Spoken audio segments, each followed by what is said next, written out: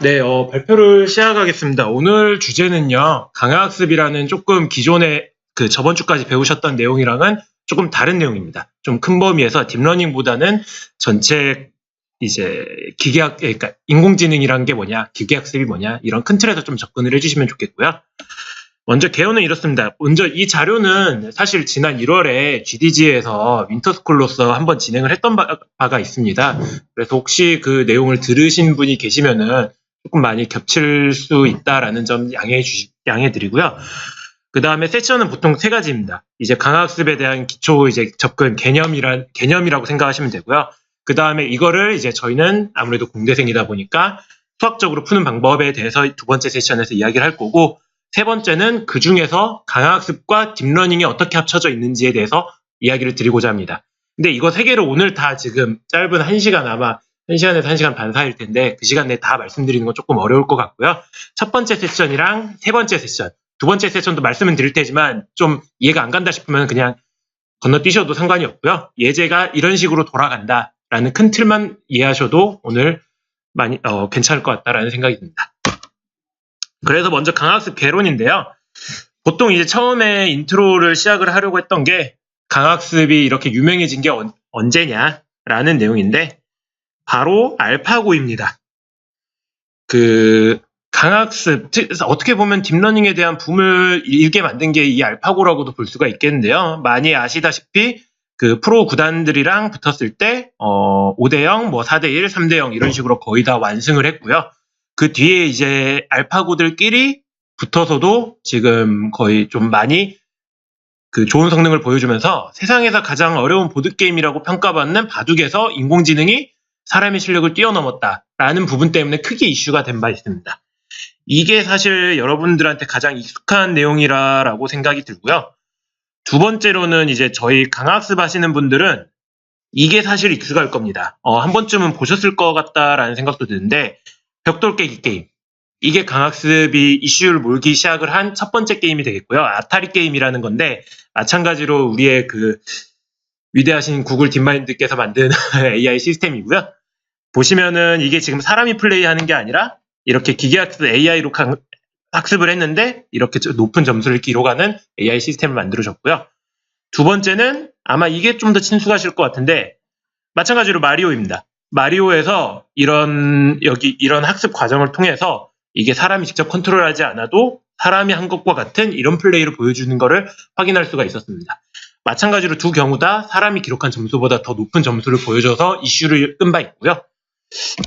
이렇게 두 가지가 이제 가장 유명한 예시가 되겠고요. 강학습이라는 놈이 이제 뭔지에 대해서 알기 시작을 할 텐데, 이 강학습이라는 놈이 저희가 알기로는 기계학습 또는 인공지능에서 시작됐다라고 생각이 드는데 사실 그렇지는 않습니다. 강학습이라는 놈이 사실 심리학과에서 먼저 시작이 된 용어라고도 보면 되는데요. 행동심리학, 행위자의 행동에 대한 보상을 및 또는 처벌을 통해서 특정 행동과 결과에 대한 상관관계를 학습하는 과정. 뭔가 말이 어렵죠? 이 예시를 보면 되는데요. 이게 파블로프의 개를 생각을 하시면 됩니다. 개를 훈련을 시킬 때 종을 누른다와 누르지 않는다라는 조건이 있고요. 종을 눌렀을 때는 항상 밥을 주고 종을 누르지 않았을 때는 밥을 주지 않는 경험을 개한테 계속해서 훈련을 시키는 겁니다. 그렇게 해서 나온 결과가 밥 달라고 이렇게 신나게 종을 누르는 강아지가 탄생을 하는 거죠.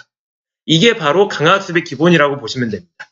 종을 눌렀을 때 밥을 준다라는 경험과 종을 누르지 않으면은 밥을 주지 않는다라는 경험을 계속해서 쌓아감으로써 이게 충분히 쌓였을 때 그 시스템이 우리가 원하는 AI라고 부를 만한 시스템이 된다라는 내용인 겁니다. 그래서 긍정적 강화학습, 파지티브 리인포스먼트 러닝이라는 것은 과학적이고 또는 조건적이고 이에 따른 보상을 줌으로써 자연스럽게 강아지를 훈련시키는 방법인데요. 그럼 여기서 강아지가 아니라 사람은 어떻게 이거를 배울까요? 라는 질문을 던질 수가 있겠죠. 그렇게 해서 시작을 한 게 이제 사람의 학습론에 대해서 이야기를 한 게, 모든 사람은 사실 지난 경험으로부터 학습을 한다는 내용입니다. 아이가 스스로 놀거나 또는 불이 뜨거우니까 이걸 손을 대지 말아야지라는 걸 배우는 거는 사실 어렸을 때 한 번쯤은 뜨거운 거에 손에 다 한번 데워보셨잖아요. 그런 경험들이 쌓여서 환경과 상호작용, 이게 뜨겁다라는 그런 리워드를 우리가 받았기 때문에 지금 오늘날에 와서 이거를 톤을 대지 않는다라는 이런 경험을 쌓는 거고요. 이런 과정을, 사람이 배우는 과정을 수학적으로 이용을 해서 우리가 하고 있는 이 공학적인 시스템에 적용을 해보자 라는 게 강화학습에 대한 기본 아이디어라고 생각을 하시면 되겠습니다. 그래서 여기 이렇게 딱 크게 그려놓은 experience라는 놈이 여기서 매우 중요하고요. 그 다음에 이 experience 밑에 또는 bad 또는 good이라고 되어 있는 이 reward라는 이 두 가지 놈이 강학습에서는 가장 중요한 키워드가 되겠습니다.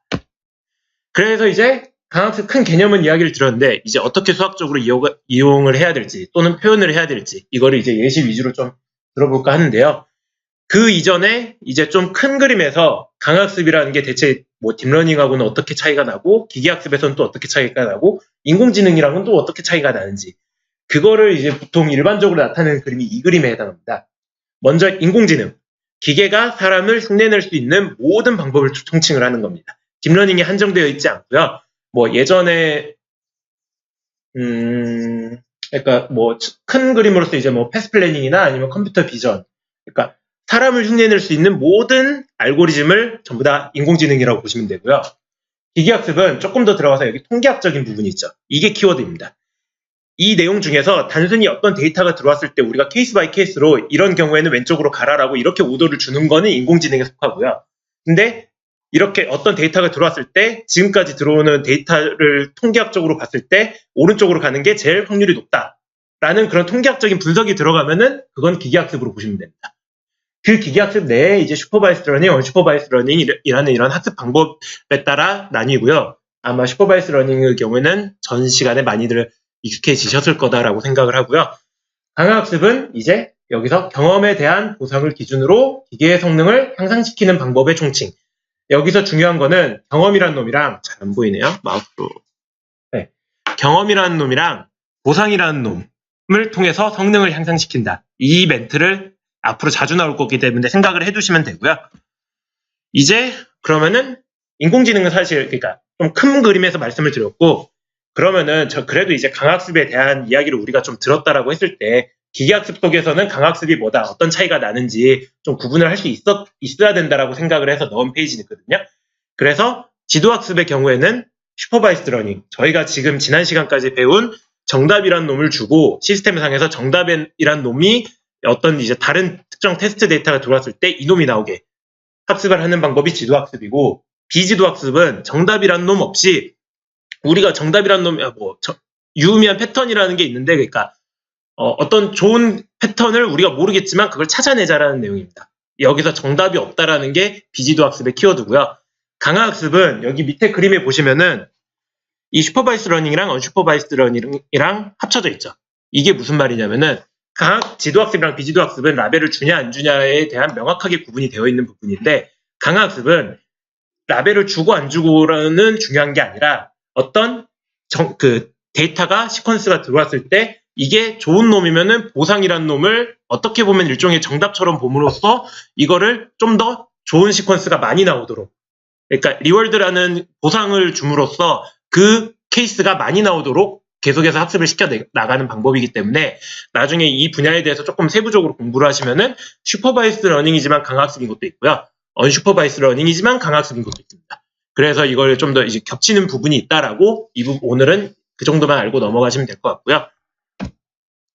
그 다음에 이제 지도학습이나 비지도학습은 좀 빠르게 넘어가겠습니다. 이제 뭐 클래시피케이션 보시면 예시 위주로 클래시피케이션이나 이제 물체가 어디에 있는지 로컬라이제이션까지 들어가는 이제 영상 처리 분야에서의 지도학습. 이 경우에 보면은 데이터가 들어갔을 때 여기에 강아지가 있다라고 정보 이런 정보 라벨 정보들이 다 그 주어지게 되어 있고요. 비지도 학습은 제일 사실 많이 쓰이는 게 여기 왼쪽에 있는 클러스터링이라는 놈입니다. 라벨 정보 없이 위에 같은 저런 파란색 정보를 잔뜩 주고 비슷한 놈끼리 그냥 거리가 가까운 놈끼리 저런 식으로 3개의 클러스터로 나눈다는 겁니다. 이거를 어디에 쓰냐면은 보통 레커멘데이션 시스템 같은 경우에 보면은 왼쪽에 뭐 예를 들어 그 자전거를 타는 사람이 파란색 패턴에 그러니까 이런 패턴의 구매 패턴을 보였다라고 하면은 클러스터링이 이게 구축이 되어 있는 겁니다. 그런 다음에 이제 비슷한 뭐 이런 경주용 옷을 입은 사람이 데이터가 들어왔을 때 뭘 추천해 줄 거냐. 그러면은 이 사람이 클러스터링 되어 있는 이 점들 중에 하나를 뽑아가지고 이렇게 레커멘데이션을 해주는 겁니다. 비지도 학습은 아무래도 이제 좀 제가 이게 예시가 좀 약하기는 한데 나중에 이제 좀 더 자세히 공부하실 기회가 있으면은 그때 이제 공부를 하시면 좋을 것 같다는 생각이고 오늘 주제가 좀 할 게 많아서 이 부분은 이 정도만 설명을 하고 넘어가도록 하겠습니다. 그 다음에 강화학습은 다시 한번 나왔습니다. 주어진 데이터에 대해서 판단이라는 놈을 하고 또는 경험이라는 놈이 있고 그거에 따라서 보상을 주는데 이 보상이 좋은 쪽으로 일어나도록 계속해서 시스템을 향상시켜 나가자는 겁니다. 그렇게 이제 그 일례로 이 밑에 그림이 제일 많이 나오는데요. 생지라는 놈이 있고요. 생지라는 놈이 여기 미로 속에서 여기 치즈 보이시죠? 미로 속에서 피를 막 찾아가지고 이 치즈라는 놈을 어떻게 먹을까라는 예시입니다. 이 경우에 생지는 처음에 보면은 이 치즈가 어디에 있는지 모르니까 막 헤매다가 벽에도 막 받고 이러겠죠? 이러다가 치즈라는 놈이 냄새를 쫓아가면 된다라는 그런 일종의 리월드를 계속 받게 되면은 그 냄새를 따라서 최종적으로 따라가서 이 치즈를 먹게 된다라는 거거든요. 이 예시가 가장 일반적인 강화학습 예시이기 때문에 좀 이제 앞으로 뒤에 예시도 이거를 기준으로 갈 거기 때문에 이런 예시가 있다라고 생각을 하시면 될 거고요. 그래서 보시면은 이 생지라는 놈을 에이전트라고 하고 이 미로라는 놈을 인바이러먼트라는 이 두 가지 키워드가 있고요. 이 두 가지가 서로 생지라는 놈이 환경 속에서 액션을 취했을 때 보상이라는 놈이 나오고 이 놈을 최대화시키는 어떤 방법을 찾아내자라는 게 강학습의 예시인데요. 조금 이제 와닿지 않으실 것 같아서 일단 지금은 이런 식의 에이전트랑 환경이라는 놈이 서로 인터랙션을 한다 정도만 이해를 해주시고요. 뒤에 예시 위주로 보시면 될 것 같습니다. 그 다음에 여기서 이제 마르코프 디시전 프로세스가 나오는데 이런 강화학습 문제를 수학적으로 우리가 결국은 공학인이기 때문에 수학적으로 모델링을 하고 거기서 솔루션을 찾아야 되는데 그 수학적인 모델 방법이라고 보시면 되고요. 이제 차근차근 각각의 구성 요소들을 이야기를 하고 어떻게 풀지에 대해서 말씀을 드리겠습니다. 그래서 먼저 아까 말씀드린 강학습의 기본 요소 에이전트와 인바이러먼트가 뭔지에 대해서 설명을 드릴게요. 그래서 행위자는 여기 생쥐입니다. 경험을 통해 학습하는 대상으로 적어놨죠. 생쥐이고요. 바둑에서는 바둑을 실제 놓는 컴퓨터 AI이고요. 그 다음에 예를 들어 아까 벽돌 깨기 게임에서는 벽돌을 왔다 갔다 하는 컴퓨터 시스템을 말합니다. 행동하는 행위자 그 자체를 말하는 거죠. 그 다음에 환경이라는 놈은 뭐냐면은 행위자가 활동하는 환경 그 자체라고 정의를 했는데요. 이게 무슨 말인고 하면은 행위자라는 놈이 저희가 예를 들어 자율주행을 예로 들었을 때 이런 자연계 내에서 도로 위에서 가다가 어디 충돌을 나면은 나쁜 리월드를 줘야겠죠. 그런 이제 물리적인 이제 리월드가 다시 리턴이 오는 이런 자연계 환경이라고 보시면 되고요. 이 예시에서는 생쥐가 그런 행동을 하는 그 환경 자체는 미로죠.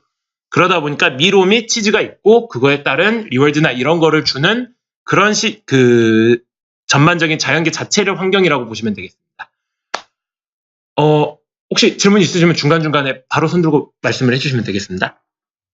이게 기본 개념이고요. 그러다 보니까 리인포스먼트 러닝에서는 여러분들의 문제를 풀 때 행위자라는 놈이랑 환경이라는 놈이 뭔지를 항상 생각을 하셔야 됩니다.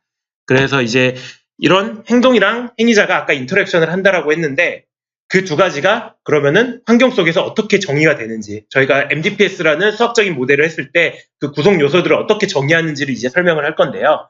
보통 상태랑 그러니까 스테이트랑 액션, 리월드, 그다음에 리월드 펑션까지 이게 네 가지가 크게 주된 구성 요소인데 그거에 대해서 설명을 드리겠습니다. 먼저 상태는 행위자가 환경 속에서 처한 상태값. 자, 가장 간단한 예로 미로 속에서는 여기 제가 1,1을 적어놨죠. 환경을 이렇게 그리드 정보로 놓고 제일 가장 이 생쥐가 처한 환경을 잘 나타내는 방법은 1,1 점에 생쥐가 있다입니다. 이게 상태라고 보시면 됩니다. 그래서 행위자라는 놈이 환경에서 어떤 상태에 처해 있어서 어떻게 행동을 해야 될지를 판단을 해야 되는데 그럼 내가 어떤 상황에 처해 있냐를 정의를 하는 내용이라고 보시면 되겠고요.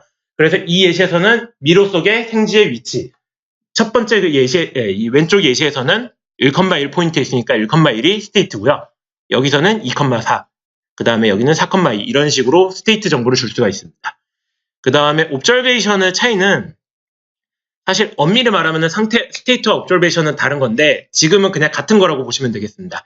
환경 속에서 실제 생지가 똑똑해가지고 내 위치는 1,1이야 라고 생각을 하지 않잖아요. 내가 보고 있는 거는 요 그림뿐입니다. 요 그림 속에서 이렇게 왼쪽으로 가야 되겠거니 길이 이렇게 되겠거니라는 내가 눈으로 보는 그 그림 있죠.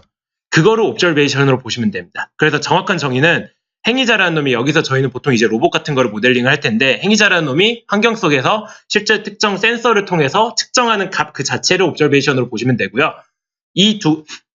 그 다음에 이제 이 환경 속에서는 관측, 이 옵저베이션 값을 기반으로 상태를 추측해야 됩니다. 근데 좀 어렵잖아요. 그러니까 두 가지 그냥 같은 걸로 보시면 되고요. 두 가지 같고 환경 속에서 이 에이전트라는 놈이 어떤 상황에 있는지를 표현하는 값으로 보시면 됩니다. 그래서 예시를 보시면은 2,4에서는 다음과 같이 이제 다른 옵저베이션이 들어오고, 그 다음에 마지막에서는 이런 옵저베이션을 기반으로 내 위치가 여기겠거니라고 추측을 해야 되는 게 기본이고요. 그 다음에 이제 행동과 보상. 이거는 사실 정의가 명확합니다. 행동이란 놈은 생지가 취할 수 있는 행동의 가지수가 무엇이냐. 그러니까 상태를 통해서, 옵저베이션을 통해서 이렇게 해서 내가 보상을 먹으려면은 치즈 쪽으로 한 발 더 가까이 가야 돼. 그러려면은 앞에 벽이 있으니까 왼쪽으로 가야겠지? 라는 그 왼쪽으로 간다라는 조건 자체가 행동으로 보시면 됩니다. 그래서 이 상황에서 생지가 취할 수 있는 환경은 보통 위, 아래, 좌우가 되고요.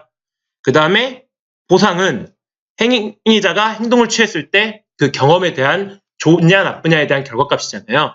보통 이런 식으로 숫자로 치즈가 없는 그냥 일반적인 상황에서는 0값을 주는 경우가 있고요. 벽과 충돌하는 경우는 나쁜 경우죠. 그래서 보통 마이너스 1값을 주는 경우가 많고요. 그 다음에 치즈 같은 경우는 저희가 궁극적으로 하고자 하는 목표잖아요. 그러다 보니까 좀 높은 수의 숫자값, 100 같은 값을 주게 됩니다. 이게 리월드고요. 이렇게 해서 이제 MDPS의 기본 정의가 됐는데요. 사실 오늘은 되도록이면 수학적인 이야기를 하지 않으려고 합니다. 다만 이 경우는 강학습을 보통 가장 간단히 표현을 하고자 했을 때 제일 기본이 되는 게 마르코프 디시전 프로세스를 모델링하고 여기서 특정 함수를 찾는다. 이런 식의 접근이 많기 때문에 이런 수학적인 그래프 형태의 관계, 그러니까 이 상태, 스테이트와 액션, 그 다음에 그 리월드, 이 간의 그 관계를 그래프 형태로 나타냈다라 정도만 생각을 하시면 되겠습니다. 그래서 나중에 혹시 본인 문제, RL 문제를 푸게 될 경우에 이 페이지를 다시 보면서 나는 이 그래프를 어떻게 그 모델링을 해야 되나 나중에 차분히 생각을 해보시면 되겠습니다. 그래서 이 수학적 모델을 푸는데, 수학적 모델을 풀었을 때 저희가 강학습이 이제 마르코프 디시전 프로세스를 모델을 하고 여기서 어떤 특정 함수를 찾는다라고 했는데 아직 그 부분 말씀을 안 드렸잖아요. 그래서 몇 가지, 그러니까 한 두세 가지 정도의 그러니까 뭐 기술 용어라고 할까요? 그거를 조금만 더 정의를 하고자 하는데 이게 아마 마지막 기술 용어 정의가 될 겁니다. 좀 이제 헷갈리실 수 있는데, 먼저 첫 번째는 에피소드.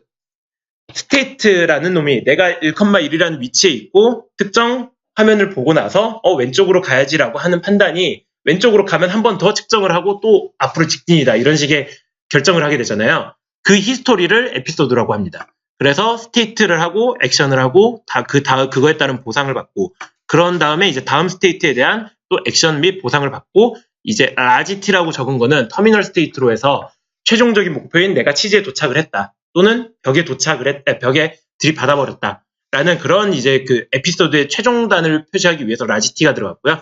이런 하나의 히스토리를 이제 에피소드로 하고, 그다음 총 보상이라는 놈이 또 이제 정의가 되는데, 스테이트 1에서 스테이트 2로 갈 때 거기에 따른 액션에 따른 리월드를 받게 되는데, 이 RT라는 놈을 최대화시키는 게 하나의 방법이 있고요.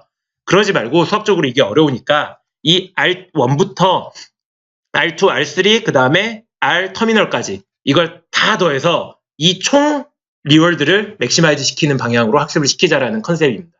그래서 각각의 하나하나의 보상에 그냥 집착하지 말고 전체에 대한 보상을 최대화시키는 무언가를 찾자라는 게 강학습이라 보시면 되겠고요. 그 다음에 마지막 기술 용어, 정체감수라는 펄리시 펑션이라는 놈이 나오는데요. 여기서 옵저베이션과 스테이트는 동일하게 보면 된다라고 제가 말씀을 드렸습니다. 그러면은 예를 들어 이런 그림에서 보통 저희는 이제 첫 번째 그림에서 왼쪽으로 가야 된다고 결정을 하겠죠. 근데 생지는 그걸 모르겠죠. 그러면은 이런 그림이 들어왔을 때 왼쪽으로 가야 된다는 결정을 하기 위한 어떤 시스템을 만들어야 됩니다. 그게 이놈이 결국 여기서 빨간색으로 표시를 한 스테이트에서 의해 액션을 선택을 하고 이 액션에 따른 리워드는 보통 정해져 있는 거기 때문에 이 빨간 함수, 정책 함수라는 놈을 찾아서 이 리워드를 맥시마이즈 할 수 있는 정책 함수를 찾자라는 게 강화학습의 컨셉입니다. 그래서 정리를 하면은 아마 이 밑에 그림을 앞으로 자주 보시게 될 텐데 생지라는 놈이 이 환경이 있고 이 환경을 마르코프 디시전 프로세스라는 이런 그래프 모델로 이제 모델링을 한 다음에 이 파이라는 팔리시 함수를 통해서 앞으로 이 목적인 이 총 보상이라는 놈을 최대화시킬 수 있는 함수를 찾는 것. 이게 강화학습의 골자입니다. 이 뒤에도 뭐 여러 가지 형태의 강화학습 형태가 나오는데 기본 그 모든 앞으로의 연구 모두가 이 컨셉이 기본 아이디라고 보시면 됩니다. 강화학습이라는 놈은 정리를 하자면은 에이전트라는 놈이 총 보상이라는 놈을 최대화시킬 수 있는 정책 함수라는 놈을 찾자라는 게 강화학습의 이제 딱 한 줄 정리가 되겠고요. 지금 제가 정의를 좀 많이 말씀을 드려서 많이 헷갈리실 것 같아요. 그래서 지금부터는 이런 식으로 예시로 하나의 예시를 좀 자세하게 들어보겠습니다. 미로 속 치즈 찾기를 예시로 할 거고요. 먼저 마르코프 디시전 프로세스를 지금 정의를 해야 되겠죠. 행위자의 경우에는 명확하게 여기선 생지로 정의가 됩니다. 그 다음에 환경은 말씀드렸듯이 치즈가 들어있는 그 오른쪽 그림과 같은 미로가 되겠고요. 이게 상태값이나 이제 여기서 상태값이나 광치값을 같은 걸로 보면 되는데 상태값은 미로 속에서 1,1라는 현재의 위치 그 다음에 그거에 따른 옵저베이션은 생지가 보는 화면 같은 거라고 근데 생각을 하고 지금은 넘어가겠습니다. 그 다음에 할 수 있는 행동은 직진, 좌회전, 우회전 또는 후진 이렇게 네 가지가 있고요. 그거에 따른 보상은 치즈 발견은 플러스 100, 충돌 없이 이동하는 이런 하얀 칸을 이용하는 거는 플러스 0, 그 다음에 벽에 충돌해서 이게 이 길이 아니다라고 판단을 하기 위해서는 마이너스 1이라는 리월드라고 정의를 하겠습니다. 그러면은 이제 생지는 아무것도 모르니까 이제 막 랜덤하게 움직이겠죠. 그냥 처음에는 일단 랜덤하게 움직이게 만드는 겁니다. 그래서 첫 번째 에피소드가 예를 들어 두 번 다 1,1에서 시작을 하는데 직진, 그 다음에 직진이라는 오더를 내려서 액션을 취해서 이런 충돌이 났다라고 생각을 해보겠습니다. 이게 하나의 에피소드인 겁니다. 그래서 하나의 에피소드는 스테이트 1,1에서 직진이라는 액션을 내렸고 여기서 이쪽으로 가는 거니까 충돌이 없으니까 0의 리월드가 오겠죠. 그 다음에 이 0의 리월드에서 그러면 스테이트에서 2,1이 되겠고 2,1이라는 새로운 위치에서 옵저베이션 화면을 한번 촬영을 한 다음에 다시 또 직진이라는 랜덤한 액션을 줬다고 해보겠습니다. 그러면은 이제 3,1로 스테이트가 이동하게 되면서 충돌이 일어나면서 리월드는 마이너스 1이 되게 됩니다. 토탈 리월드는 마이너스 1로 되고 이 1,1에서 액션을 줬고 리월드가 어떻게 됐고 이 정보가 전부 다 기록이 되게 됩니다. 이게 하나의 에피소드고요. 두 번째 에피소드도 마찬가지로 직진, 좌회전, 좌회전, 좌회전, 좌회전 하다가 끝에까지 못 가고 우회전을 했을 때 마찬가지로 관련돼 있는 이 에피소드가 그대로 저장이 되고 토탈 리월드가 저장이 되게 됩니다. 이거를 수백 번, 수천 번, 최대한 많이를 해서 이거를 경험을 계속 쌓는 겁니다. 이거를 실제 컴퓨터에 쉽게 저장해 놓는다고 생각을 하시면 되죠. 이게 그래서 100만 번의 에피소드를 예를 들어 만들어 놨다라고 했을 때 이 100만 번의 에피소드가 이제 학습 데이터가 되는 겁니다. 데이터가 보통 강학습은 없다라고 하는데 그게 아니라 사실 트라이 앤 에러를 계속해서 100만 개라는 데이터를 실제 직접 만들어내는 겁니다. 그래서 이 만들어진 데이터로 이렇게 에피소드가 막 만들어지고 그 다음에 저희가 이제 뒷부분에 이야기를 할 이 함수 학습에 의해서 이런 함수를 학습을 잘 시켰을 경우에 그 다음에 이 m 플러스 1번이라는 테스트 데이터에 대해서는 충돌 없이 이렇게 가게 되는 이 학습이 되게 된 함수에 따라서 충돌 없이 치즈까지 가게 되는 에이전트가 완성이 되는 겁니다. 이게 하나의 이제 강화학습 예시가 되겠고요. 그래서 그 관련돼서 학습을 실제 시킨 결과입니다. 미로 속에서 여기는 치즈가 아니라 사과인데요. 돌아다니면서 사과가 어디에 있는지를 계속 찾게 되는 겁니다. 그래서 계속해서 이런 씬을 관측을 하고 그거에 따라서 오더를 내리고 사과라는 놈이 보이면은 그쪽으로 오더를 내리게 되고 이런 식의 이제 미로 속에 사과 찾는 에이전트가 학습이 되게 되는 겁니다. 네. 다 다릅니다. 여기서 예시를 보면은 지금 이 경우에는 두 번의 액션을 했기 때문에 스테이트 3까지 해서 비교적 에피소드가 짧죠. 근데 네, 맞습니다.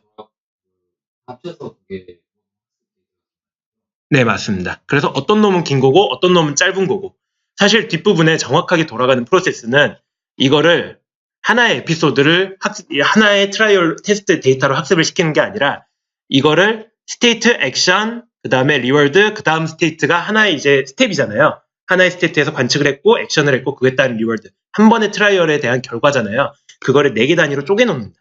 그러니까 이 6개, 이 2개짜리도 예를 들어 4개씩 쪼개서 그거를 저장해 놓는 거죠. 그래서 최종적으로 학습할 때는 이제 4개씩 해서 이제 길이가 다 맞춰지기는 하는데, 근데 에피소드에 대한 길이는 이제 다 다르냐라는 질문에 대해서는 그게 맞습니다.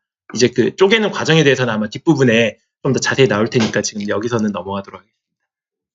네네. 에피소드가 저장이 된다고. 네네. 그럼 에피소드가 저장이 되는 거는 저 길에서만. 네, 정확합니다. 그래서 지금 이제 예시를 좀 간단하게 들기 위해서 이거를 예시를 해서 드렸는데, 사실 정확하게 아래 프로세스가 돌아갈 때는 이 환경도 바뀌어야 됩니다.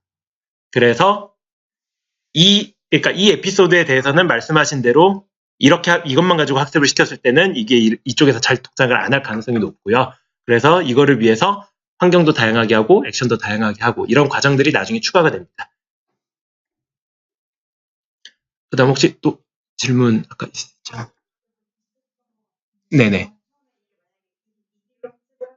네.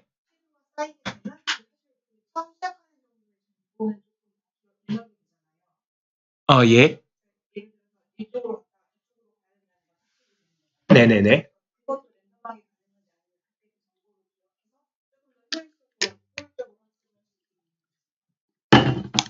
가장 사실 좋게 하려면은 매번 에피소드마다 그런 식으로 학습을 해서 이제 2번째 에피소드 때는 이제 조금 더 나은 이제 학습된 걸로 하면 좋겠는데, 사실 그거를 그렇게 짜자니 조금 이제 딥러닝에서 보통 많이를 하는 게 데이터가 많을 경우에 이걸 어떻게 글로벌 옵티멈을 찾냐, 그러니까 어떻게 안정화를 시키느냐 이런 주제가 있잖아요. 그 이슈 때문에 그거를 했을 경우에 이게 한 번 트라이를 하고 바뀐 걸로 또다시 한 번 트라이를 하고 이것보다는 한 100번 정도 트라이를 하고 이걸로 일반적으로 학습을 시킨 다음에 그 다음 100번을 또 모아서 이거를 학습을 시키고, 이 과정이 좀 더 글로벌 옵티멈을 찾는 게 그러니까 더 좋다라는 이제 실험적인 결과가 있어서요. 이제 물론 말씀하신 게 가장 좋기는 하지만 그 경우가 이런저런 실험적인 이슈 때문에 결국은 예를 들자면 100번 하고 학습하고 100번 하고 학습하고 100번 하고 학습하고 이런 식의 프로세스가 보통 많이 이루어집니다. 네, 어떻게 보면 그걸로 보시면 됩니다. 그래서 종국에는 첫 했던 아까 아타리나 이런 논문들은 리플레이 메모리가 100만 개가 되고요. 100만 개를 다 쌓아놓고 거기서 이제 1000개 단위로, 그러니까 1000개 단위였나 10,000개 단위였나 마다 그거를 학습시키고 있습니다. 그래서 10,000개 하고 데이트하고 그 다음에 이제 학습시킨 이후에는 그걸로 이용해서 또 왔다 갔다 하면서 하다가 또 학습하고 이런 식의 프로세스를 보통 많이 합니다. 네? 예. 결국은 쪼개서죠. 이제 그걸 한꺼번에 학습을 시키는 게 좋은 측면도 있고 나쁜 측면도 있고 해서요. 근데 보통 일반적으로 쪼개서 하신다고 생각을 하시면 됩니다. 네. 네네. 네네. 네. 네. 네. 잘 안 될 가능성이 높습니다. 그렇기 때문에 주기적으로 한 번씩 그 경로에 대한 부분도 사실 바꿔줘야지 이렇게 일반적인 학습이 가능하게 됩니다. 그래서 지금 보여드린 이 화면의 경우에는요, 아마 이 환경에 대해서 프로세스 돌아가는 게 하나 더 있고 병렬적으로 또 다른 구조에 대해서 또 돌아가는 게 있고 또 돌아가는 게 있고, 이런 환경 정보를 또 막 한 10개, 100개 이런 식으로 좀 많이 해서 한꺼번에 학습을 시키는 그런 기술적인 방법이 있는데요. 그거는 이제 조금 더 나중 기술적인 이야기니까 오늘 컨셉으로는 이게 기본이다, 그러니까 기본 골자다라고 생각을 하시면 되겠고요. 조금 지금 이 에피소드에 비중을 드리고 싶은 이유가요. 이게 어떻게 보면 오늘의 전부입니다. 이 프로세스로 에이전트를 정의하고 환경을 정의를 하고 그거에 따른 경험을 쌓고 그걸 저장해놨다가 그 다음에 저희가 이제 사실 눈치채신 분도 있겠지만 이 펄리시 펑션이라는 놈이 사실 딥러닝 학습입니다. 그래서 이 펄리시 펑션이라는 학습을 할 때 그 에피소드를 경험을 쪼개가지고 이 딥러닝 시스템을 학습을 시켜서 이게 잘 액션을 결정을 하도록 만드는 게 기본 R 구조라고 보시면 되고요. 오늘의 그러니까 RL의 큰 예제라고 보시면 되겠습니다. 혹시 더 질문 있으신가요? 예.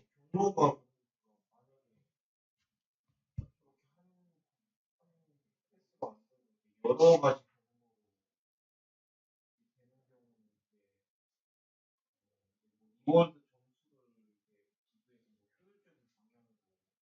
네, 맞습니다. 그 부분에 대해서 지금 앞으로 이야기를 할 텐데요. 이제 그 조금 질문이 더 많으실 수 있는데 그 부분에 대한 질문이 사실 뒷부분 발표를 보시면서 좀 해결이 되실 수가 있어요. 그래서 지금 좀 이야기 드리고 싶은 내용이 많아서 지금 이제 뒷부분 발표를 조금 더 진행하고 또 질문을 받도록 하겠습니다. 그리고 두 번째 예제인데요. 알파고인데 알파고 AI인데 사실 이제 스테이트 액션, 그다음 리워드 인바이러먼트 이런 게 뭐냐라는 거를 좀 직관적으로 또 보여드리기 위해서 한 건데 사실 바둑의 경우는 좀 이게 직관적이죠. 행위자는 바둑의 인공지능이 되겠고 인바이러먼트는 19x19 그 바둑판이 되겠고 그다음에 상태랑 관측값은 바둑판 위에 검은 돌, 흰 돌이 어디에 있는지 위치 정보 이런 것들이 되겠고 액션은 내가 내 바둑알을 어디에 둘 건지 그 다음에 보상은 전체 이제 히스토리에 의해서 게임에 승리하면은 플러스 리워드, 게임에 패배하면은 마이너스 리워드 이런 식으로 주어졌고요. 마찬가지로 아타리 게임도 역시 뭐 벽돌을 깨면 플러스 1, 그 다음에 반사판, 이제 환경 이런 거는 이제 크게 보시면 금방 아실 수 있으니까 넘어가도록 하겠습니다. 그 다음에 지금부터는 환경의 종류에 대해서 말씀을 드릴 텐데요. 이 부분은 좀 빠르게 넘어가겠습니다. 뭐냐면은 MDPS라는 아까 그 말씀드린 기본 구조가 있고 세상에 그거 하나로 모든 게 해결이 되진 않을 거 아니에요. 그러다 보니까 이런저런 조건들에 의해서 뭐 플리 옵저버블이 뭐다, 파셜리 옵저버블이 뭐다, 그 다음에 뭐 이에 따른 이제 그래프 구조가 좀 달라지고 그 다음에 각각의 항목들이 어떤 게 다를 수 있냐 뭐 이런 문제들이 있는데요. 이 부분은 나중에 아래를 이제 본인 문제 푸실 때 이런 그 정확한 내 모델에 맞는 MDPS 모델을 그 정의를 하는 게 중요할 거 아니에요. 그러다 보니까 이 부분을 차분히 보시면서 내가 풀고자 하는 모델이 풀리인지 파셜리 옵저버블인지 또는 이제 디터미니스틱인지 스토캐스틱인지 그 모델을 정의하실 때 좀 참조를 하시면 될 것 같고요. 그래서 이 부분은 이제 좀 심화적인 내용이라 넘어가도록 하겠습니다. 그 다음에 이제 MDPS를 모델을 말씀을 드렸는데 이제 어떻게 푸는지를 말씀을 드려야 될 거잖아요. 이게 세션 2인데 조금 수학적인 내용이 많습니다. 그래서 이제 최대한 간단하게 필요한 수학만 말씀을 드리고 넘어가고자 하고요. 지금 이 수학에서 조금 이해가 안 되시는 부분이 많으실 수도 있는데 세션 3에 수학을 거의 뺀 예시 위주의 딥러닝 기반 RL이 뭔지가 또 준비가 되어 있어요. 그래서 이 부분은 이해가 되시면 좋고 안 되실 경우에는 질문으로 가지고 계시다가 이제 뭐 오늘 발표 끝나거나 이럴 때 질문을 해주시면 좋을 것 같습니다. 그래서 이제 RL을 정의를 하면은 이렇게 정의가 될 수 있는 그 총보상 GT라는 놈을 최대화할 수 있는 이 최적의 함수를 찾는 거다라고 말씀을 드렸는데요. 크게 에이전트랑 인바이러먼트에서 각각 2개씩 총 4종류의 접근 방법으로 나뉩니다. 그래서 각각에 대해서 말씀을 드리자면요.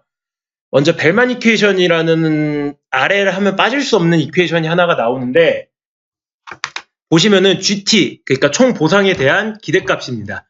이제 그러다 보니까 그러니까 총 보상을 앞으로 할 수, 그러니까 펄리시 펑션이라는 놈이 총 보상에 대한 기대값을 최대화할 수 있는 펑션을 찾는 거지 않습니까? 이게 그걸 수학적으로 표현한 내용이 되겠는데요. 그러다 보니까 이제 그 익스펙테이션을 풀었을 때 막 복잡하게 풀면은 이런 식의 벨만 이퀘이션이 되는데 정리를 하자면요. 요 앞부분 파트는 일어날 확률이고 뒷부분 파트는 그에 따른 리월드에 대한 변수입니다.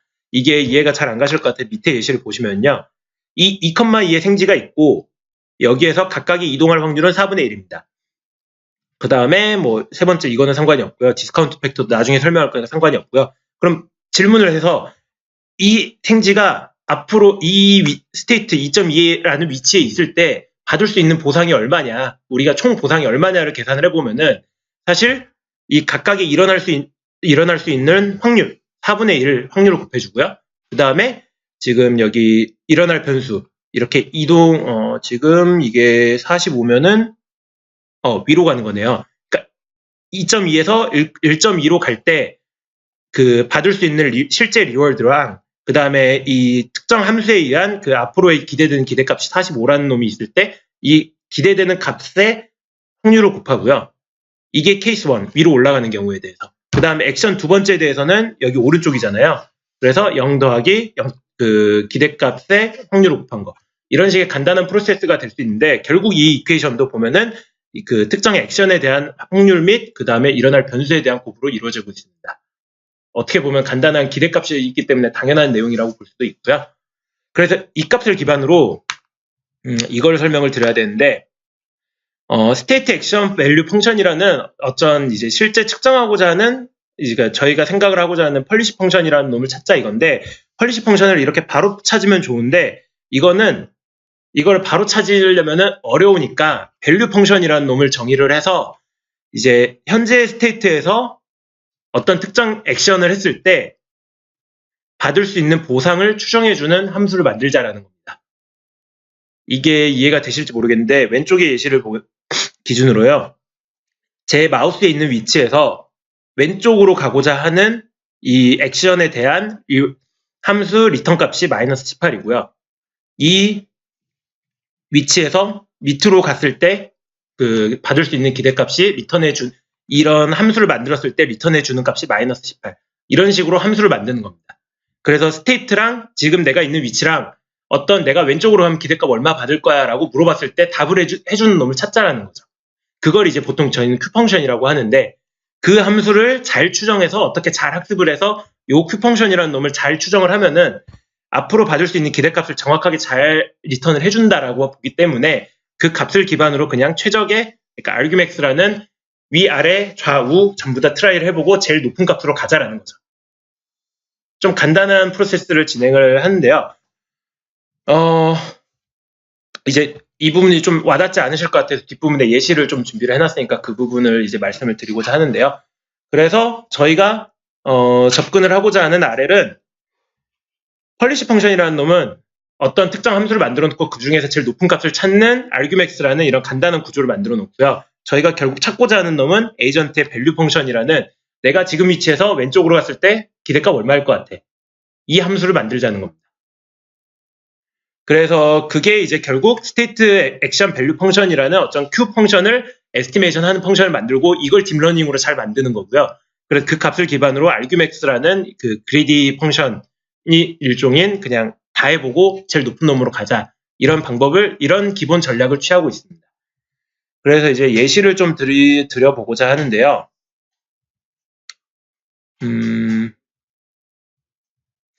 이 부분은 제가 이제 넘어가는 이유가 뭐냐면요.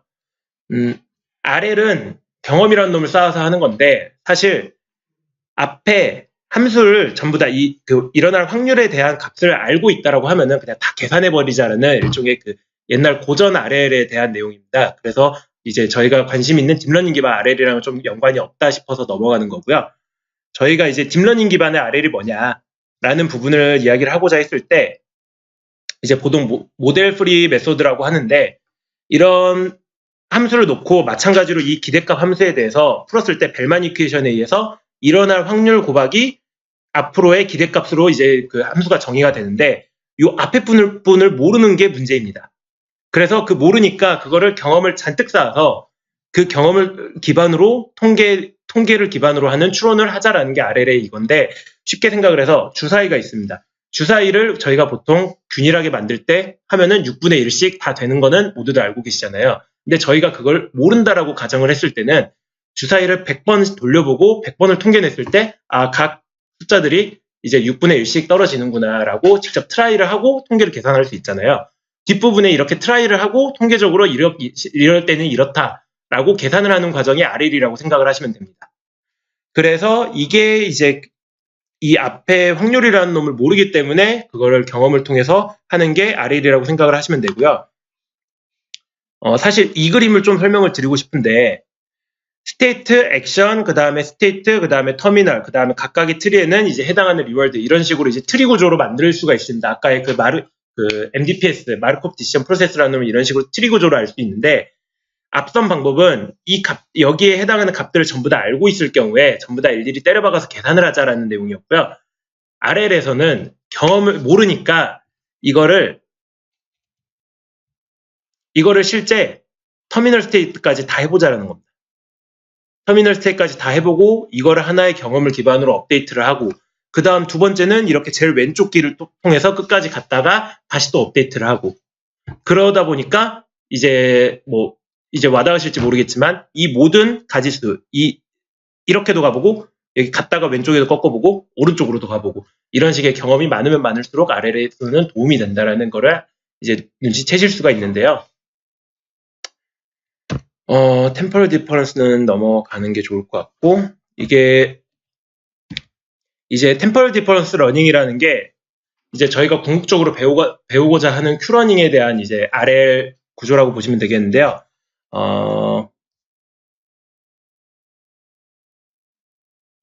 그러니까 예시 위주로 말씀을 드리겠습니다. 자, 여기 보시면은 첫 번째 그 Q 펑션이라는 저희가 에스티메이션 하고 있는 펑션을 제일 쉬운 방법은 테이블 만들어 놓고 이게 이 경우에 뭐다, 이게 이 경우에 뭐다, 이게 이 경우에 뭐다, 다 확인할 수 있는 룩업 테이블을 만들어 놓는 겁니다. 그래서 첫 번째 에피소드가 여기 왼쪽에 파란색 보시다시피 이렇게 갔다라고 가정을 했을 때 처음 위치에서 밑으로 가는데 그 밑으로 감에 따른 리월드가 마이너스 1이라고 보시면은 그 마이너스 1의 지금 현 정보값의 밑으로 감으로써 생기는 리월드는 0이죠. 그래서 0 더하기 그 다음에 여기 밑으로 잠시만요. 왜 마이너스 0.5가 나오지?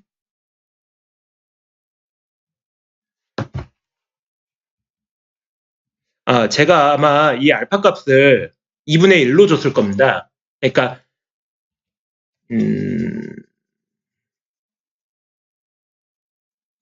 제가 중요한 걸 하나 빼먹고 말씀을 안 드렸네요. 여기서 업데이트 룰에 대해서 말씀을 드리겠는데요.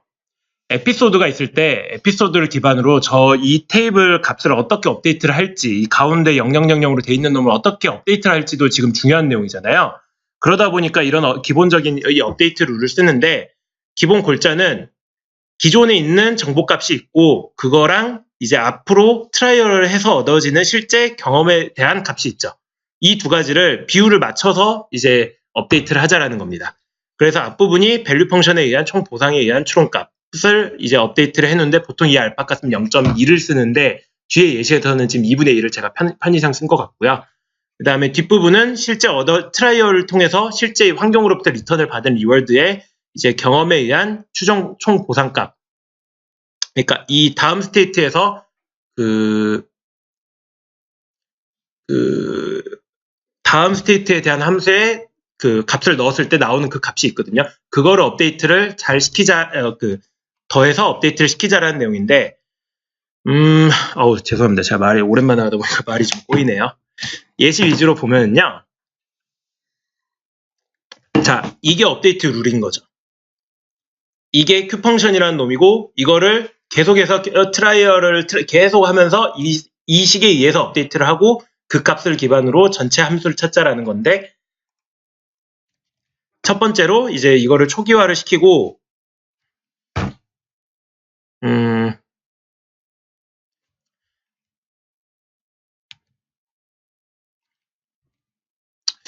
이 부분 잘 이해 안 가시죠? 그러니까 제가 이제 조금 뒷부분 큐러닝에 대한 기술을 좀 많이 드리고 싶어서 앞부분을 좀 건너뛴 게 있어요. 그러다 보니까 지금 이 부분을 말씀을 드리고 싶은데, 이거를 말씀을 드리기 전에 또 앞에 부분의 내용에 좀 빠진 게 있어가지고 지금 이 부분은 과감히 스킵을 하겠습니다. 그 이유 중 하나가 이 예시가 큐러닝에 다시 나오거든요. 큐러닝에 정확히는 큐러닝에서 딥러닝을 이용을 한 방법에 대한 예시로 다시 나와요. 좀 더 이제 쉬운 예시로 나오다 보니까 이 부분은 나중에 이제 제가 오늘 끝나고 나서 이 부분에 대해서 겨울학기 때 발표를 했던 영상이 있어요. 그 부분은 앞부분도 정확히 설명을 하면서 녹화를 한 게 있거든요. 그 부분에 대한 링크를 저희 이제 슬랙에 올려 드릴 테니까 수학적인 접근에서의 이 예시가 어떻게 해석이 되는지가 궁금하신 분은 그 두 번째 이제 올려드린 링크의 세션 2 발표 영상을 좀 참조를 하시면 되겠고요. 지금 여기서는 과감히 이 부분을 스킵을 하고 저희가 오늘 사실 궁금해하는 DQN이라는 놈, 사실 강화학습이라는 놈이 그동안 각광을 못 받다가 앞에서 말씀드린 아타리 논문으로부터 시작을 해서 각광을 받기를 시작을 했는데 그 논문의 키워드가 키 핵심이 이 DQN이라는 놈이거든요. 그래서 그거에 대해서 지금 이제 기술을 드리겠습니다. 이제 이 RL이라는 놈이 어떻게 딥러닝이 사용이 되는지에 대한 내용을 보시면 되겠고요. 그래서 먼저 시작하기 전에 MDPS를 푸는 방법에 대해서 RL을 MDPS라는 수학 모델로 놓고 이 최적의 함수를 어떻게 찾는지에 대해서 앞에서 이야기를 했다라면은 그럼 이 최적의 함수 이제 RL을 푸는 거라 그러니까 최적의 함수를 RL을 찾는 게 RL을 푸는 거다라고 말씀을 드렸는데요. Q러닝이라는 놈은 앞에서 말씀드린 이제 템퍼럴 디퍼런스 러닝이라는 부분에 저희는 뭐 스킵을 하긴 했지만 이제 스테이트 액션 펑션이라는 게 이제 주어진 스테이트랑 액션이 있을 때 이 다음에 얻게 될 보상에 대한 기대값을 추정하는 함수라고 했을 때 그 환경 속에서 계속해서 트라이얼을 하면서 이 업데이트 룰에 대해서 계속해서 이 Q 값을 그 업데이트를 하는 겁니다. 그래서 이 Q 값을 잘 업데이트를 했을 때 그거를 기반으로 펄리시 펑션은 이런 간단한 구조를 가자라는 게 Q러닝인데요. 이제 업데이트 룰이 제가 Q 함수라는 놈을 읽고 그걸 업데이트 룰을 이거다라고 바로 말씀을 드렸는데 이제 어떻게 이 식이 나왔는지를 말씀을 드리려고 해요. 그래가지고 업데이트 룰에 대해서 자세히 말씀을 드려보고자 하는데요. 먼저 하나의 이제 프로즌 레이크 게임이라고 이 내용은 지금 김성 교수님의 RL 강의에 나오는 예시를 기반으로 하는 건데요. 이제 오픈 AI라고 RL에 뭐 이런 식의 제공해주는 소프트웨어를 제공해주는 이제 전체 프로젝트가 있는데 뭐냐면은 시작은 여기서 하고요.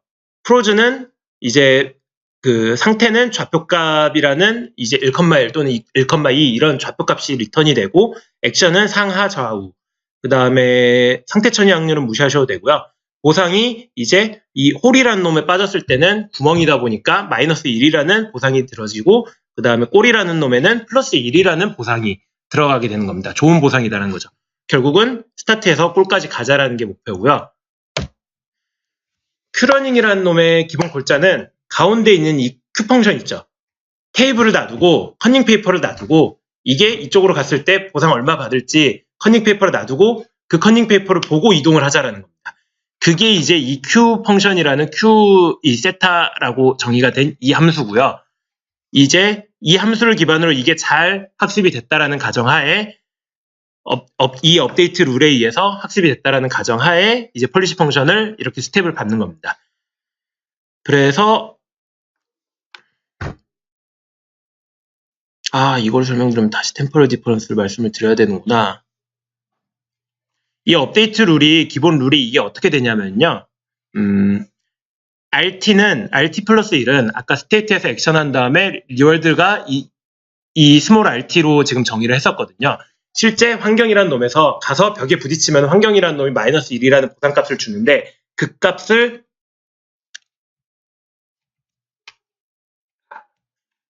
여기다 넣는 겁니다.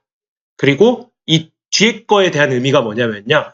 이 다음 스테이트를 갔을 때 Q 함수라는 놈이 잘 에스티메이션 돼 있다라는 가정하에면은 이 다음 스테이트를 끝까지 가지 말고 이 Q 함수에 다시 한번 다음 스테이트에 대한 값을 물어본 다음에 그 값이 리턴이 왔을 때 이거를 업데이트를 시키자라는 겁니다. 이게 무슨 말인고 하니 지금 혹시 발표 자료를 보시는 분 같은 경우에는 이게 수도코드라고 알고리즘에 대한 이제 스텝 바이 스텝을 적어 놓은 건데요. 이 페이지를 보시면서 뒤에 예시를 따라오시면 되겠습니다. 그래서 첫 번째 스텝에서 보시면은 Q 펑션을 이렇게 제일 처음에는 물론 초기화를 시켜야겠죠. 그래서 딱 0으로 놔두고 정체 함수도 이 0이라는 값을 기반으로 argmax라는 이 경우에는 그러니까 이 경우를 예시로 들었을 때 전부 다 0이라는 값을 들고 있으니 이 위치에 대한 펄리시 펑션은 전부 다 사방으로 갈 수 있는 걸로 결정이 나는 거거든요. 그래서 시스템 초기화는 이런 식으로 시켜놓고 에피소드 1에 의해서 이 빨간색 라인을 갖다라고 치겠습니다. 그러면은 이 업데이트 룰이 있죠. 자, 첫 번째 스텝 이 0 위치에서 다음 스텝으로 갔을 때 받게 되는 보상은 이 함수에 대해서 물어보면은 여기서 오른쪽으로 갔으니까 이 0의 값이 리턴이 되는 겁니다. 얘한테 물어본 거죠. 죄송합니다. 다시 설명드리겠습니다. 여기서 이렇게 오른쪽으로 갔을 때 하얀색 공간으로 갔기 때문에 충돌이 일어나지 않았죠. 그 말은 environment라는 환경이라는 놈이 0이라는 값을 리턴을 해준 겁니다. 그 값이 여기 들어간 거고요. 그 다음에 이 다음이 이제 다음 스테이트에 대한 이제 최대의 그 리월드 값을 물어본다라고 했잖아요. 그 말이 뭐냐면은 이 전에 학습되어 있는 기학습된 이 Q 펑션이라는 놈에 이 스테이트에 들어갔을 때 어떤 액션을 취하면은 가장 큰 보상을 얻을 수 있냐라는 값을 물어보는 거예요. 즉 쉽게 말해서 요 칸에 있는 4가지 값 중에 제일 큰 값이 뭐냐를 물어보는 거죠. 그럼 이 경우에는 0이라는 값이 들어오죠. 그러다 보니까 이제 원래의 액션, 오른쪽으로 가는 액션에 대한 업데이트된 이 빨간색 값이 0이 업데이트된 겁니다. 그러면은 이 하나의 에피소드에 의해서 마지막까지는 당연히 00000이 계속이 돼서 이 위치까지 왔다가 이 위치에서는 변화하는 게 뭐냐면은 이 다음 스테이트는 마찬가지로 꼴이니까 이 값이 없어지는 거고요. 꼴에서는 이제 이 Q 펑션에 물어볼 필요가 없잖아요. 다만 이 RT 플러스 1이라는 놈이 꼴에 들어갔으니까 아까 말씀드린 꼴에 들어갔으니까 1이라는 값을 리턴을 해주는 겁니다. 그러면 하나의 1이 업데이트가 됐죠. 이게 하나의 에피소드에 의해서 업데이트가 됐고 이 업데이트된 Q 펑션에 의한 펄리시 펑션은 여기 보시면 이게 위랑 좀 차이가 나시죠. 원래 값에 의해서 0000이어서 사방으로 뻗도록 펄리시 펑션이 되어 있던 놈이 이 에피소드에 의해서 오른쪽으로 가는 펄리시 펑션으로 바뀌게 되는 겁니다.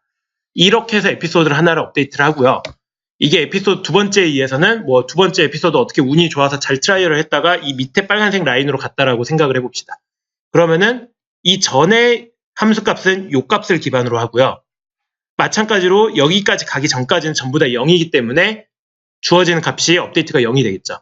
다만 여기서 이쪽으로 갈 때를 생각을 해보시면은 여기서 이쪽으로 갈 때를 생각을 해보시면은 이 리턴이 되는 RT 플러스 1은 하얀색 값으로 갔기 때문에 0이 리턴이 됩니다. 다만 요 물어보는 놈 있죠. 물어보는 놈이 요 값을 기반으로 물어보다 보니까 요 값, 4값 중 뭐가 제일 큰 값이냐? 1이 리턴이 되는 거죠. 그러다 보니까 여기에 1이 이제 업데이트가 되는 겁니다. 이런 식으로 에피소드를 계속을 해서 이제 마지막으로 패스가 이렇게 쭉 이어졌는데 n번째 에피소드에 운이 좋게 이렇게 Q 펑션이 다 업데이트가 됐다라고 가정을 해봅시다. 물론 안 될 수도 있고 이제 실제로는 이거보다 훨씬 더 복잡한 상태로 Q 펑션이 업데이트가 돼야 되는데 하나의 예시를 보여드리기 위해서 이렇게 간단한 예시를 드린 거고요. 이렇게 해서 이제 출발지부터 목적지까지 이제 보상값이 적절하게 업데이트 이런 식으로 일이 다 되면은 하나의 학습이 끝나게 되는 겁니다. 그래서 그거에 따른 펄리시는 이 값에서 가장 큰 값을 물어봐가지고 오른쪽이네? 오른쪽으로 가고 여기서 물어봐서 오른쪽이네? 오른쪽으로 가고 그 다음에 여기서 밑으로 가네? 해서 밑으로 업데이트가 되고 이런 식의 과정이 업데이트가 되는 겁니다. 자, 그러면은 아까 이 부분은 아까 학습이 결과가 된 그 결과를 보여드린 거고요. 요 결과값을 기반으로 n 플러스 1번째 갔을 때 이 값을 기반으로 이제 계속 저희는 이제 디시전을 Q라는 놈을 만들고 그거에 물어봐서 계속 이동을 하게 되는데 이 값을 기반으로 보시면은 이 n 플러스 1번째 트라이를 할 때는 당연히 이 위치에서는 계속해서 요 패스만 계속해서 이동하게 되겠죠. 근데 직관적으로 봤을 때 이 패스는 최선이 아니죠. 여기 밑으로 가는 패스가 있기 때문에. 이게 첫 번째 이슈인데 저희가 기존에 업데이트를 했던 다음 보상값이랑 그때 물어보는 이 Q값을 업데이트를 했을 때 이게 적절한 방법이냐, 이게 최선이냐 라는 질문을 던질 수가 있는 거거든요. 그렇게 해서 이제 되는 게 익스플로이테이션이랑 익스플로레이션이라는 이슈가 나오는데 이게 무엇인고 하면은 이제 정의부터 말씀을 드리자면은 활용, 익스플로이테이션은 펄리시 펑션이라는 놈을 통해서 우리가 학습을 해서 잘 알고 있는 길이 있다라고 치면은 그 정보를 최대한 잘 이용을 하자라는 겁니다. 그래서 이제 이 경우에는 Q 펑션에 이런 식으로 일이 업데이트돼서 하나의 패스가 결정이 됐으면은 굳이 다른 거 가보려고 하지 말고 이 패스 계속 따라가자라는 느낌이 익스플로이테이션이고요. 근데 이게 최선이 아니겠죠. 당연히 트라이얼 앤 에러로 겨우 하나의 에피소드가 완성이 됐는데 그러면은 한 번쯤은 새끼로 세보자라는 컨셉인 겁니다. 그래서 정말 어떻게 보면 초창기 모델에서는 무식하게도 랜덤 변수를 하나 놔두고 여기서는 이제 10%의 확률로 0.1이라는 값을 두고 이 10%의 랜덤 변수를 만들어서 20% 그러니까 2보다 작으면 이게 결국 10%의 확률로 한 번은 랜덤하게 가고 한 번은 Q 펑션이라는 놈한테 물어봐서 가자라는 컨셉입니다. 두 번째 컨셉으로 이제 Q 펑션에 아예 그냥 노이즈를 더해가지고 이거를 항상 물어보는 경우도 있는데요. 어떤 이유에서든지 그 이후에 최근에 이제 논문 결과들은 대부분 이렇게 이그리디 방법인 이제 10%를 주고 랜덤 또는 이제 노이즈 이렇게 큐 펑션 자체의 노이즈보다는요 위의 방법을 조금 더 많이 사용하고 있는 걸 확인할 수가 있었고요. 그렇게 해서 이제 첫 번째 기준으로 10%의 확률로 이 파란색 길도 가보자라는 결론이 이제 되는 거죠. 이게 쌓이고 쌓여서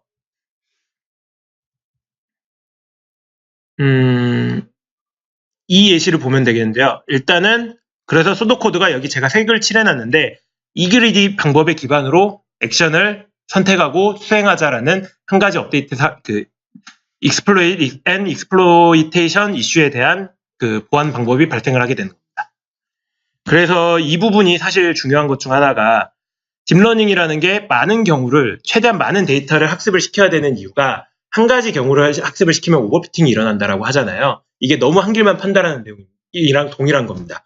활용을 잘하면 좋은데 이거를 값을 너무 이쪽에 치중할 경우에 한 길만 파서 이거 말고는 다른 거를 모르는 멍청이가 되는 거죠. 그래서 이렇지 말고 최대한 다양하게 학습을 시키자, 많은 데이터를 학습을 시키자라는 이슈가 익스플로레이션이고요. 이제 만일 나중에 여러분의 문제를 풀 때 뭔가 잘 안 된다라면은 가장 먼저 이거를 고민해 보시면 되겠습니다. 내가 이렇게 한 길로 빠져서 한 길만 파는 그런 시스템을 만들지 않았는지 이 이슈를 생각을 해보시면 됩니다. 그래서 이 첫 번째 이슈에 대해서 말씀을 드리고 그거에 따른 이제 수도코드를 업데이트를 했으니 이걸 참조를 해주시면 되고요. 두 번째 이슈는 디스카운트 피처 밸류인데 앞에 의해서 이렇게 랜덤하게 가서 운이 좋아서 이 파란색 패스를 완성을 했을 때 그거에 따른 값은 마찬가지로 이렇게 1이 업데이트 되잖아요. 그래서 이렇게 업데이트 됐다라고 했을 때 그러면 이 위치에서는 물어볼 수가 있습니다. 이렇게 리워드 같은데 어디로 갈래? 라고 할 수 있죠. 물론 이제 리워드가 같은 경우에는 보통 랜덤하게 보내는데 근데 정확히는 저희는 이 파란색 이슈가 더 빠른 한 칸이 더 빠른 길이다라는 걸 저희는 직관적으로 알 수가 있잖아요. 그래서 디스카운트 피처 리워드 이슈를 주는 게 쉽게 오래된 값일수록 그 팩터 0.9를 매겨가지고 지금 현 시점에서는 좀 더 이제 작은 값으로 보이도록. 그러니까 미래에 예상되는 보상은 그러니까 100년 뒤에 10년 뒤에 100만 원 받을 거 말고 지금 10만 원이라도 받자. 이런 컨셉으로 디스카운트 팩터 그러니까 0.9를 계속 곱해주면서 리월드를 합을 하는 겁니다. 총합을 할 때 그러다 보니까 여기서 1이었던 게 0.9가 되고요. 이런 식으로 이제 0.9씩 계속 디스카운트 돼서 최종 업데이트 되면 오른쪽 그림이 되는 겁니다. 그래서 이제 실제 큐 펑션을 잘 학습을 시킨다라면은 이 위치에서 갈 때 숫자가 더 이제 거리에 따른 숫자 값의 차이가 명확하게 나타나게 되는 거죠. 이게 디스카운트 피처 리워드 이슈여가지고 업데이트가 된 게 이 파란 부분입니다. 아까의 업데이트에서는 이제 실제 행에서 얻어지는 리워드에 그 디스카운트 팩터가 없었는데요. 지금은 업데이트된 값이 업데이트 되도록 수도코드가 바뀌었고요. 이제 여기에 한 가지 이슈만 더 추가가 되면은 앞서 말씀드린 DQN에 대한 이제 모든 걸, 그러니까 대부분을 말씀을 드리게 되는 겁니다. 뭐냐면은 스토캐스틱 환경인데, 실제 이제 저희가 직진을 하고 싶다라고 해서 직진을 하면 좋은데, 알고 보니 여기에 얼음이 얼어 있던 거죠. 그래서 여기서는 밑으로 가고 싶은데, 어떤 환경에 의한 우리가 예상치 못한 팩터로 인해서 실제로는 오른쪽으로 가게 된 겁니다. 생지가. 밑으로 가려고 했는데. 근데 이 경우에 기존의 이전 학습 룰에 의해서 업데이트를 하게 되면은 이 위치에서 업데이트를 했을 때 마지막 트라이얼이 밑으로 가면은 이 값을 참조를 해야 되는데 실제 생지가 이쪽으로 갔기 때문에 이 0.35라는 값을 추정을 하게 돼서 잘못된 값이 업데이트가 되게 되는 거죠.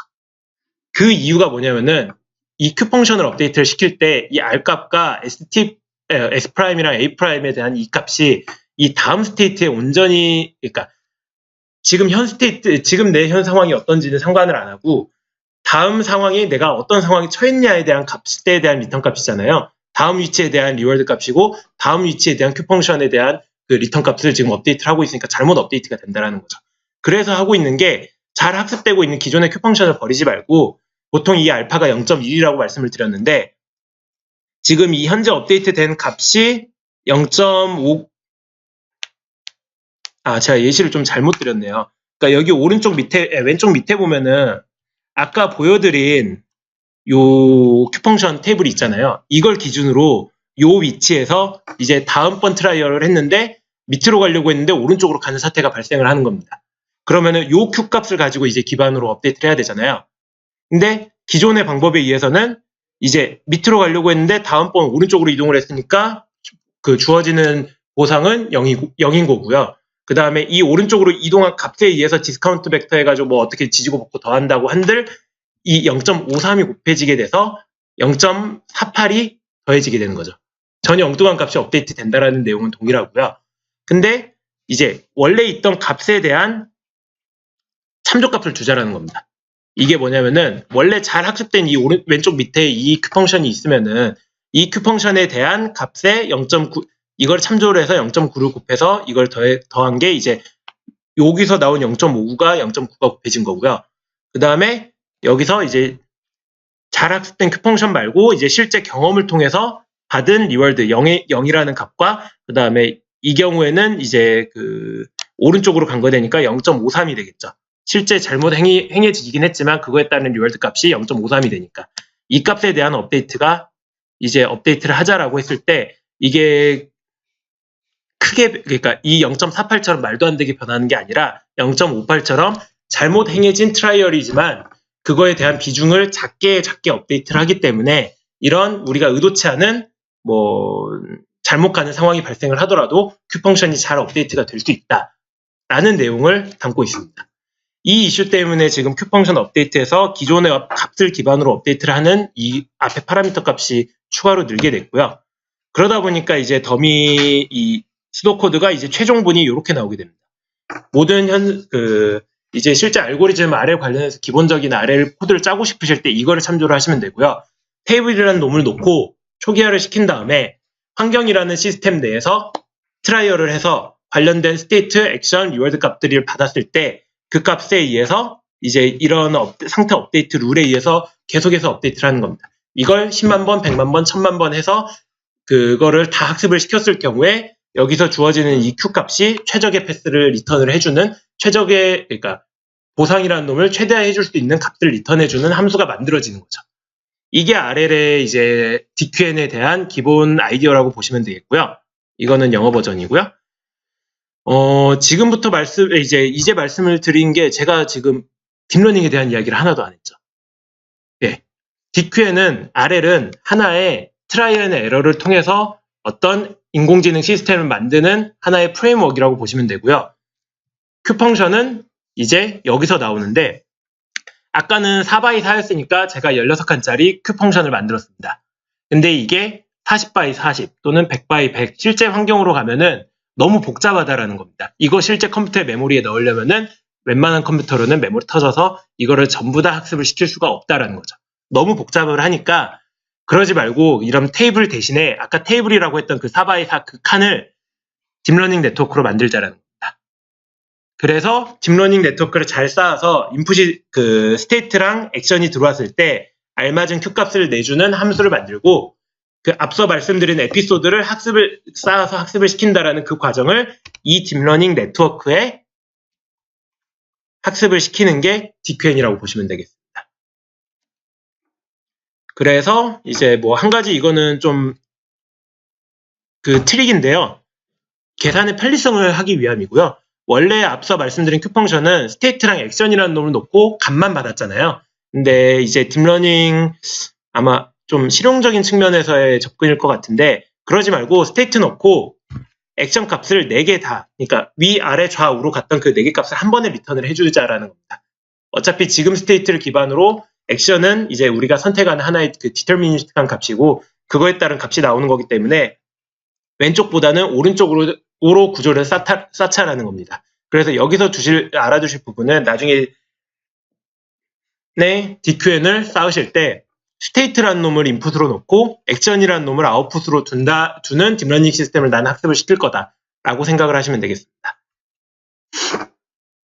그렇게 해서 이제 학습은 앞서 말씀드린 이 에피소드를 4개 단위로 쪼개서 그 스테이트 액션 리워드 스테이트 액션 리워드 스테이트 이렇게 터미널까지 가는 이 단위를 계속해서 스테이트 놓고 아웃풋 놓고 그 다음에 실제 라벨은 이게 이제 선형 회귀 문제라고 적었는데 그냥 그 첫 번째 시간에 아마 배우셨을 것 같은데 플리 커넥티드 레이어를 놓고 그냥 그거를 이제 아웃풋이랑 라벨이랑 차이에 대해서 이거를 학습을 시킨다라고 생각을 하시면 될 것 같고요.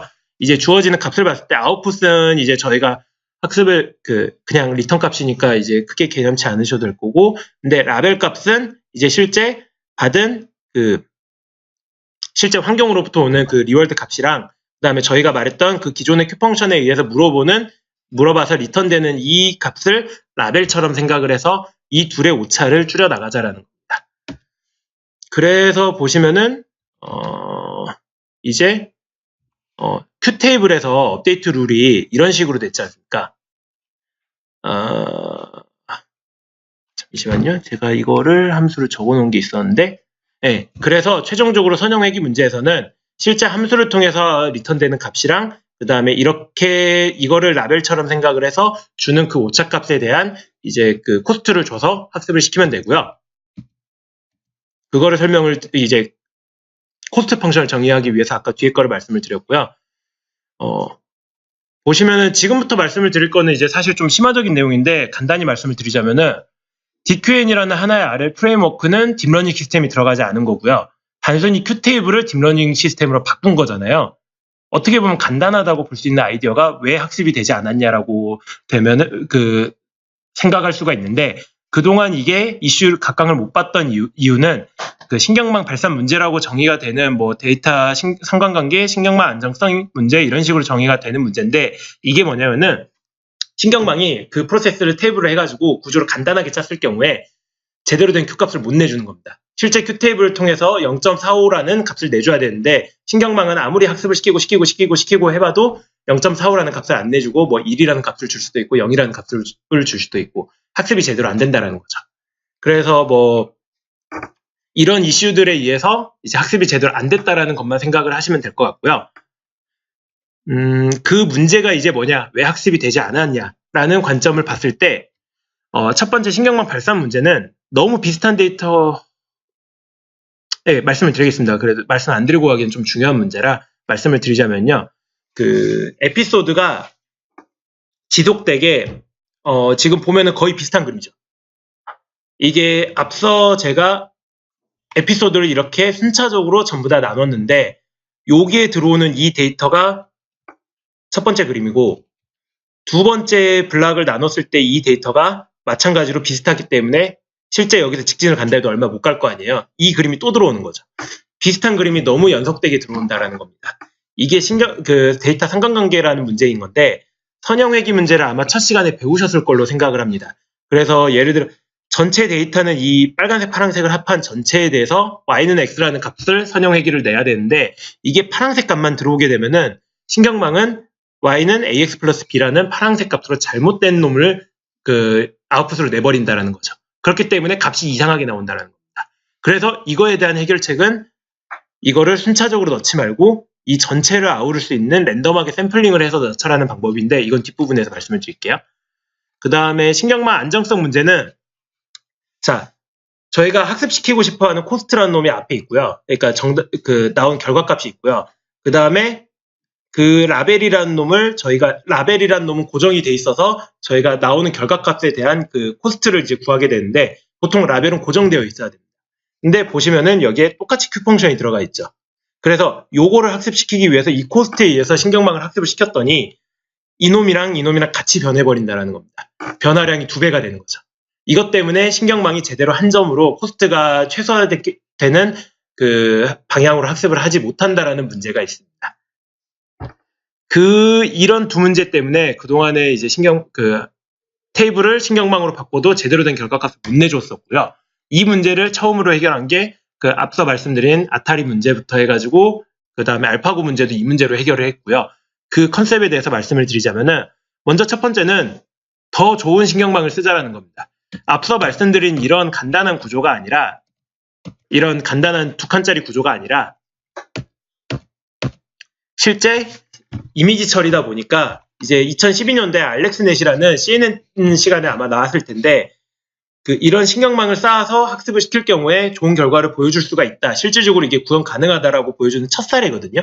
그래서 이런 더 좋은 놈을 들고 와서 학습을 시켰더니 학습된 결과가 그래도 훨씬 더 좋은 값을 보여주더라. 잘 학습이 되더라라는 컨셉이 하나 있고요. 그래서 첫 번째 컨셉은 더 좋은 놈을 쓰자. 두 번째 컨셉은 이게 연속되게 들어온 놈이 문제면은 이거를 메모리라는 놈에 쌓아놓고 여기서 랜덤하게 빼자라는 겁니다. 그러니까 이렇게 1부터 100까지 쌓아놓고 1, 10, 100, 1, 10, 그 다음에 77 이런 식으로 랜덤하게 뽑아서 학습을 시키자라는 겁니다. 이 문제를 통해서 이제 데이터 상관관계가 해소가 됐는데 이게 그래프로 보면 무슨 말이냐면은 요 파란색을 연속적으로 쌓는다라는 말은 파란색을 이렇게 1, 2, 3, 4 쌓는다, 학습을 시킨다라는 말인데 이러지 말고 얘 학습시키고 랜덤하게 또 세 번째 놈 학습시키고 그 다음 네 번째 놈 학습시키고 또 마지막 놈 학습시키고 전체 퍼트려서 학습을 시키자는 거죠. 랜덤하게 뽑아서. 이게 두 번째 컨셉이고요. 그 다음에 세 번째 컨셉은 아까 변화량이 2배라고 했죠.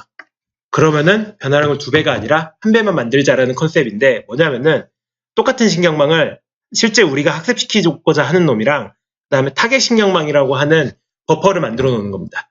그래서 이거는 픽스를 시켜놓고 요거를 막 이 고정된 Q 프라임에 대해서 학습을 얘를 막 시키고요. 1000번째 이후에 얘가 어느 정도 학습이 됐겠죠. 그러면은 이거를 얘로 카피를 하는 겁니다. 학습이 어느 정도 됐다라고 가정을 하고요.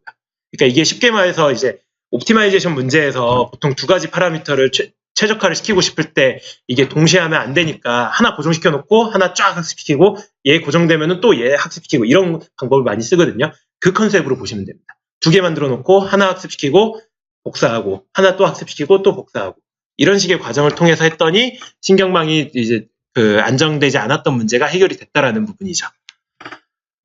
그래서 이거는 최종적으로 이제 그 아타리 논문에 나온 그 수도 코드가 되겠고요. 나중에 참조를 하시면 되겠고요.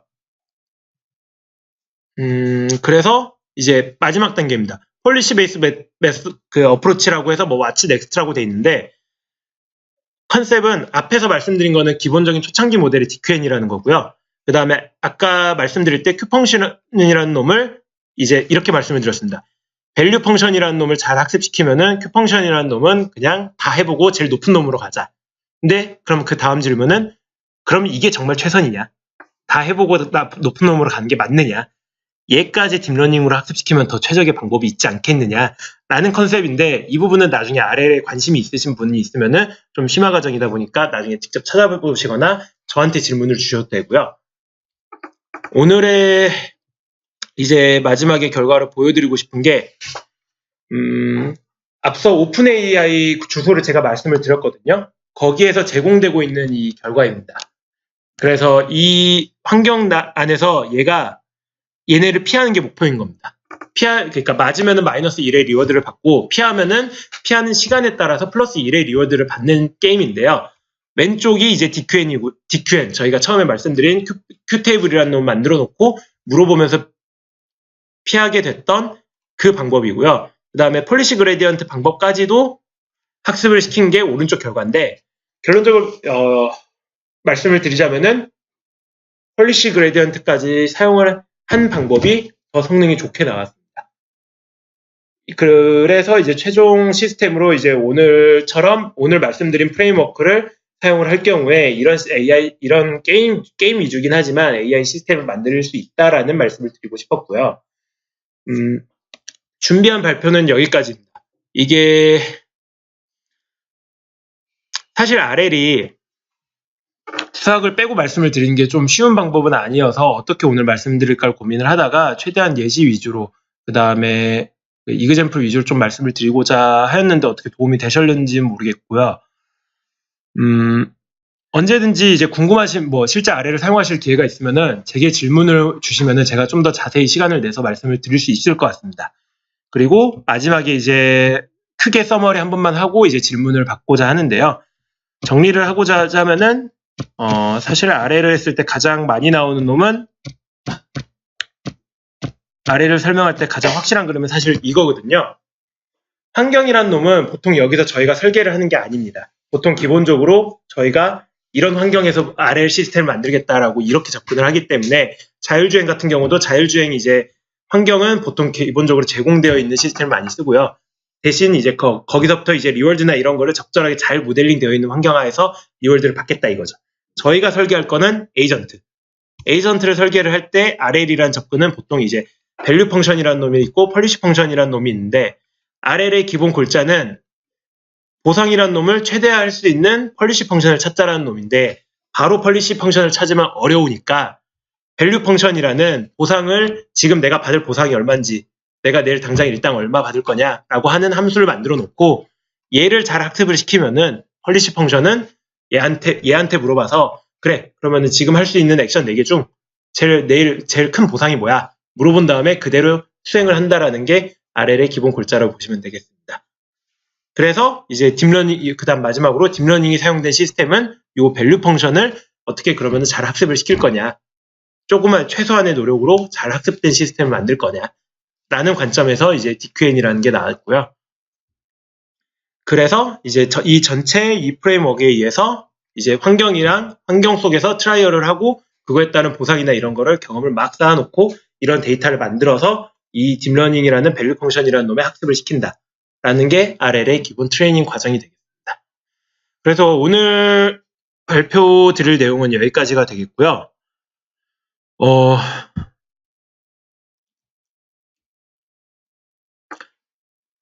네, 질문 이전에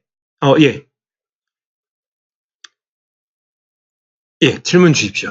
그 몇 가지 좀 드리고 싶은 말씀은 이제 나중에 끝나고 드리는 게 나을 것 같고요. 예, 말씀해 주세요.